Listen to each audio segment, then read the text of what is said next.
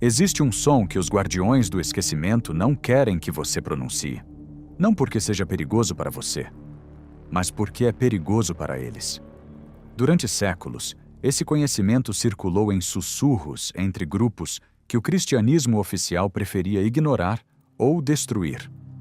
Ele aparece codificado em textos que foram enterrados no deserto, copiados à mão por monges que sabiam que estavam preservando algo proibido. Ele sobreviveu porque alguns entenderam que não era apenas uma oração, não era apenas uma sílaba, era uma chave. E Jesus, segundo esses registros, usou essa chave diante de seus discípulos mais próximos. Uma vez. Apenas uma.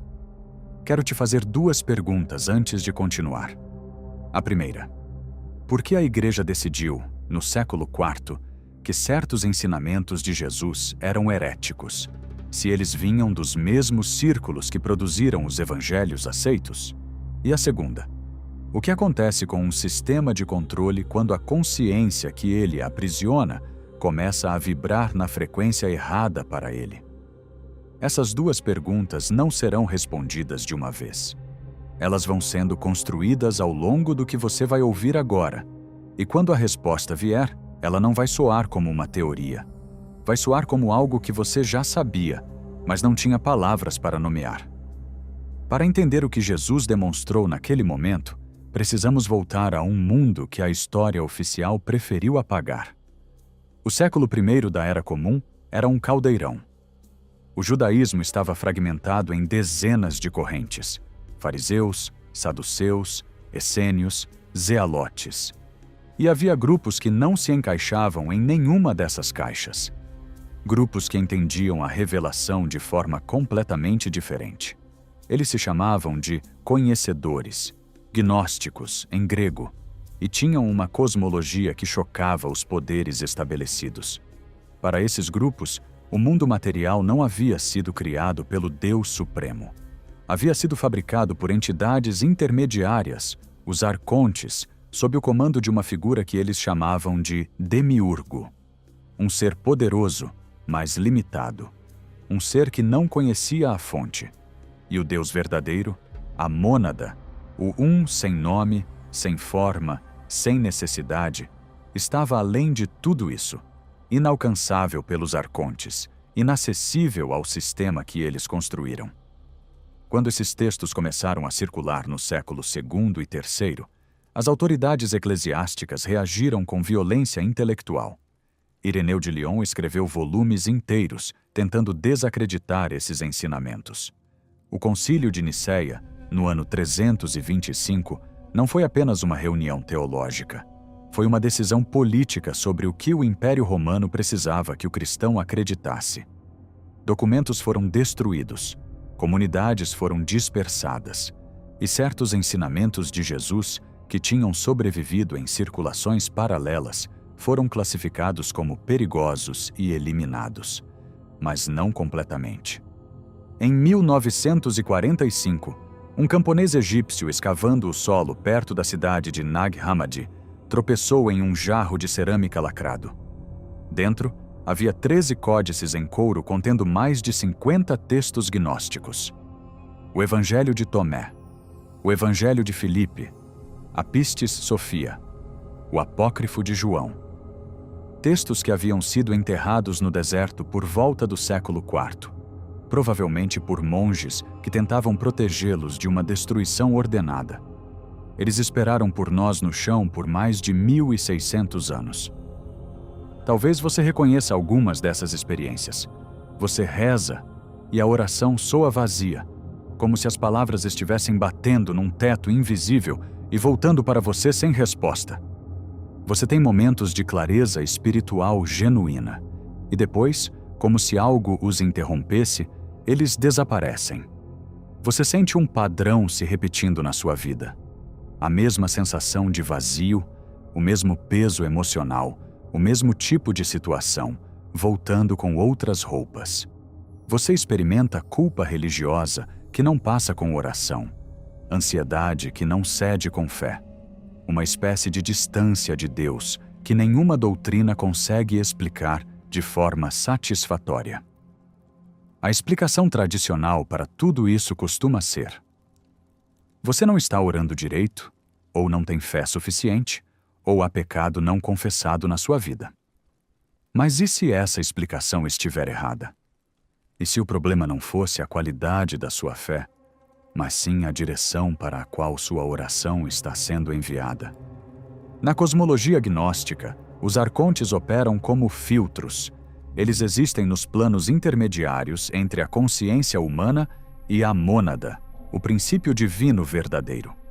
E a maior parte das orações, dos rituais, das práticas religiosas convencionais, segundo esses textos, não atravessa esses filtros. Ela é absorvida, desviada ou respondida pelos próprios arcontes, que são entidades de poder real, mas de conhecimento limitado e de natureza que não é compassiva. É por isso que algumas orações parecem respondidas de forma distorcida. É por isso que certos rituais religiosos parecem alimentar a ansiedade em vez de dissipar. Não porque Deus não existe, mas porque o canal estava obstruído. O som que Jesus demonstrou não era para convencer os arcontes, era para dissolvê-los. Não com força, mas com uma vibração que eles simplesmente não conseguem sustentar. O primeiro lugar onde essa pista aparece de forma explícita é no texto gnóstico conhecido como Pistis Sophia, descoberto no século XVIII e anterior às descobertas de Nag Hammadi. Nesse documento, Jesus está conversando com seus discípulos após a ressurreição, um período de ensinamentos intensivos que os evangelhos canônicos mal mencionam. E ele fala de sons sagrados, de sílabas que carregam o poder do mundo invisível, de vibrações que os arcontes reconhecem como sinais de uma consciência que não está mais sob sua jurisdição. O texto usa o termo nome inefável, um nome que não pode ser escrito integralmente, apenas aproximado por quem já está no caminho. No Apócrifo de João, outro texto de Nag Hammadi, há uma passagem perturbadora. João pergunta a Jesus sobre os arcontes e a prisão que eles criaram. Jesus responde descrevendo como cada camada do sistema arcôntico tem uma senha, uma vibração específica que permite ou bloqueia a passagem. E diz que há aqueles que passam por todas as camadas porque carregam internamente a ressonância da mônada. Não como um objeto externo, mas como uma qualidade da própria consciência que foi despertada. Por que esse detalhe não está nos evangelhos canônicos? Porque Mateus, Marcos, Lucas e João não descrevem isso. A resposta mais simples é a mais incômoda, porque os textos foram selecionados por pessoas que tinham interesse em que o cristão dependesse de intermediários, da igreja, dos sacerdotes, dos sacramentos. Um ensinamento que coloca o poder diretamente na consciência individual não serve a uma estrutura de poder institucional. Ele a dissolve. E havia uma sílaba em particular. Ela aparece fragmentada em vários textos, em alguns escrita como Iau, em outros como Ieu. Em Nag Hammadi, como parte de sequências mais longas que combinam vogais em padrões que os estudiosos chamam de hinos de vogais, vibrações sonoras que tinham função litúrgica e iniciática nos círculos gnósticos do Egito. Mas por que essa sílaba em específico? Por que esse som e não outro? A resposta está na natureza do que a mônada é e do que os arcontes não são. A mônada, no pensamento gnóstico, é o princípio sem começo e sem fim, sem divisão, sem forma, sem necessidade de nada externo. É o que os filósofos neoplatônicos chamavam de o É o que os místicos cristãos, séculos depois, chamariam de fundo da alma. E sua vibração não é um som que podemos produzir mecanicamente com a boca. É um estado de consciência que, quando atinge certa coerência interna, começa a se expressar através da voz, da respiração, do corpo. Os arcontes, por outro lado, são entidades de complexidade. Eles operam pela divisão, pela distração, pela fragmentação da atenção. E há uma coisa que a complexidade não consegue sustentar diante da simplicidade absoluta. Ela colapsa. Não por combate, por incompatibilidade vibracional. O que Jesus fez naquele momento, segundo os registros gnósticos, foi demonstrar esse colapso. Não como um exorcismo dramático, não como um confronto de poder.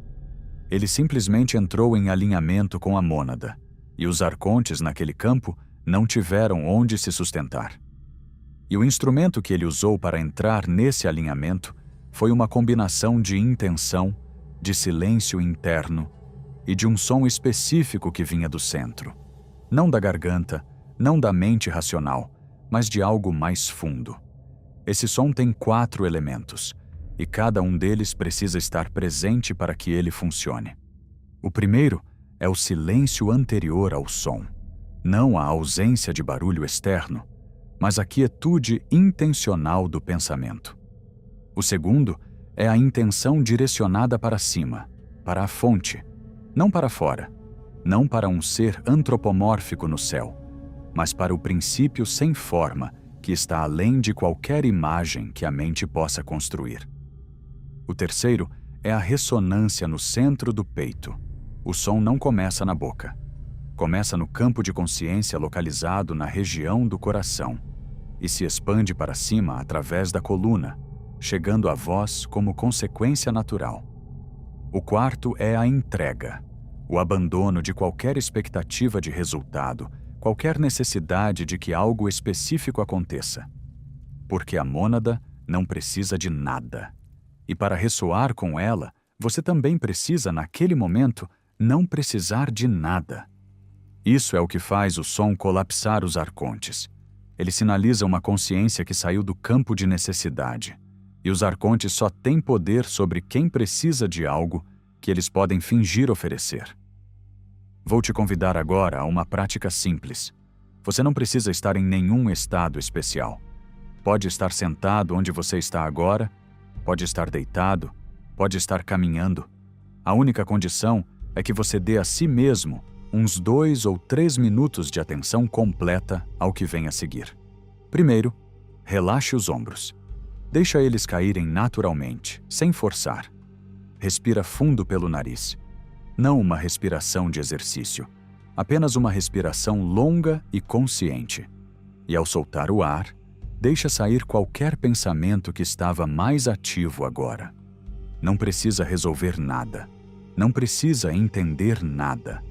Só respira. Agora, leva a atenção para o centro do peito. Não para o coração biológico, para o campo de consciência que fica ali, atrás do externo. Muitas tradições chamam esse ponto de coração espiritual. Os gnósticos chamavam de a centelha. Os místicos persas chamavam de o espelho. Você não precisa de um nome para ele. Só leva a atenção para esse lugar. Enquanto você mantém a atenção ali, vou te guiar num som. Esse som é feito de 3 vogais em sequência: o I, o A e o O. Você pode pronunciar em voz alta. Se puder, pronuncie. Se não puder, repita internamente com intensidade. A sequência é I, A, O. Não há pressa entre uma letra e outra. Cada vogal fica o tempo que sentir natural. I é o som mais alto, mais fino. No sistema gnóstico, é o som associado à luz primordial, a faísca antes da criação. A é o som central, o som da abertura, do reconhecimento. A voz que diz sim ao que é. O é o som do círculo, da completude, do retorno à origem. Juntos. I-O. Repete isso 3 vezes no teu ritmo, com a atenção no centro do peito, sem expectativa de nada. Apenas o som, apenas a atenção, apenas a respiração. Algumas pessoas sentem um leve calor no peito. Alguns sentem uma quietude que não estava ali antes. Alguns sentem um arrepio nas costas. Alguns não sentem nada objetivamente, mas algo muda nos dias seguintes, de formas que não sabem nomear. Isso também é válido. O som faz o que precisa fazer na profundidade em que pode alcançar. Você não precisa monitorar o resultado. O que aconteceu aqui, em termos espirituais, é que você vibrou brevemente na frequência da mônada, não na perfeição absoluta dela, porque nenhum ser encarnado faz isso completamente, mas num alinhamento suficiente para que os padrões arcônticos ao redor dessa consciência comecem a perder coerência. Com o tempo, com a prática, com a intenção, esse alinhamento se aprofunda, e aquilo que antes parecia um teto invisível sobre as suas orações começa a se dissolver. Voltemos à pergunta com que começamos. Por que os arcontes colapsam diante desse som? Agora você tem a resposta, não como uma explicação intelectual, mas como uma experiência que seu corpo acabou de tocar, nem que por um instante. O colapso não é uma batalha, é uma dissolução. A complexidade não se sustenta diante da unidade. O barulho não se sustenta diante do silêncio que o contém. E os arcontes, sejam eles entidades externas, sejam eles padrões internos de fragmentação da consciência, seja as duas coisas ao mesmo tempo, não têm poder sobre uma mente que não está dividida contra si mesma. Jesus demonstrou isso uma vez, porque uma vez era suficiente para os que tinham olhos para ver. E esses textos sobreviveram séculos de supressão, porque o conhecimento que carregam não pode ser completamente destruído, só pode ser adiado até que a consciência coletiva esteja pronta para recebê-lo. O que você acabou de ouvir levanta uma questão que vai ficar com você. Se Jesus demonstrou esse conhecimento uma vez, o que mais ele demonstrou que foi apagado? Os textos de Nag Hammadi são apenas a camada superficial. Há registros de práticas, de sons, de gestos que a tradição oficial nunca quis que chegassem até você. O próximo passo lógico nessa investigação é entender quem foi o demiurgo, não o conceito abstrato, mas a entidade específica descrita nos textos gnósticos, com nome, com características, com o relato detalhado de como ele moldou o sistema que você habita. Esse vídeo está aparecendo agora, aqui na tela. O nome dele diz tudo: o arquiteto que não conhece o Pai.